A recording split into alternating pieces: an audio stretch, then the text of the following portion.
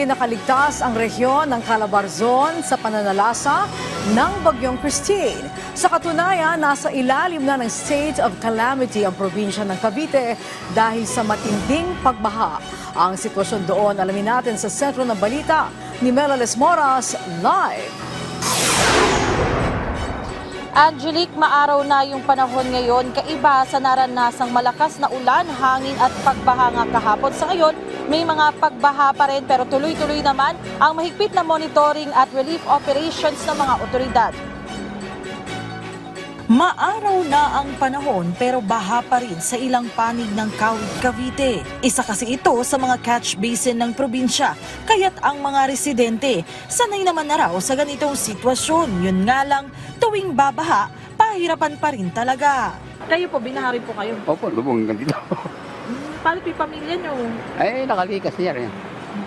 Hindi sa barangay. Talagang mahirap po, hindi makalabas. Ako nga nagpapasama sa anak ko. Bakit po? Ay lumabas nga po ako at gawa nung puno. Iyaano ko kay Kap, babanggitin ko, baka buksan yung kuryente. O baka magkakuryente, may madisgrasya. Ang pamahalaang barangay, mahigpit naman ang pagtutok sa sitwasyon.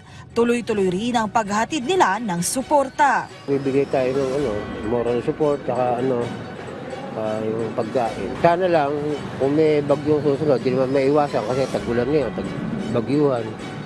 Sana naman hindi tumapat sa high tide para hindi namin naaranasan yung ganito. Ayon kay Cavite Provincial Information Officer Nika Cahulis, walang patid ang relief efforts ng iba't ibang sangay ng gobyerno sa gitna ng sakuna. Sa ngayon, nakataas na rin ang state of calamity sa buong probinsya. Makatutulong ito para sa mas pinaigting na pagtugon ng mga otoridad at para magamit ng lalawigan ang nakalaang pondo para sa mga kalamidad at emergency situations. The provincial government of Cavite through our PDRMO Council has always been ready with all the disasters. As a matter of fact, the relief operations is ongoing. Kasalukuyan din po, as per report, meron din po tayong 4,000 DSW relief goods from DSWD that is predisposition for us to distribute sa mga apektadong pamilya at individual po na natamaan ng bagyo.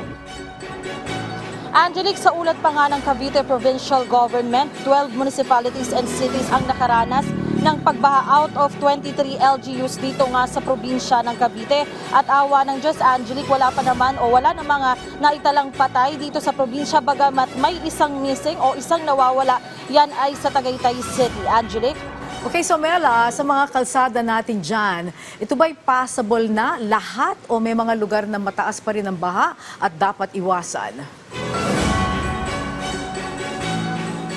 Angelique, sa ngayon may mga kalsada pa rin nga hindi madaanan ng mga sasakyan. Sa katunayan, Angelique, gusto nga rin natin pumunta sa Noveleta na isa sa mga lubos na apektado ng Bagyong Christine. Pero kanina sa ating malapit nga doon sa hanggang Kawit na lang tayo nakarating dahil hindi madaanan yung kalsada, mataas pa rin yung baha sa ilang lugar. Pero sa ngayon nga, Angelique, tuloy-tuloy yung mga hakbang ng mga otoridad para matugunan ito at matulungan yung mga apektado nating kababayan. Angelique? Okay, maraming salamat sa iyo, Mela Lesmoras.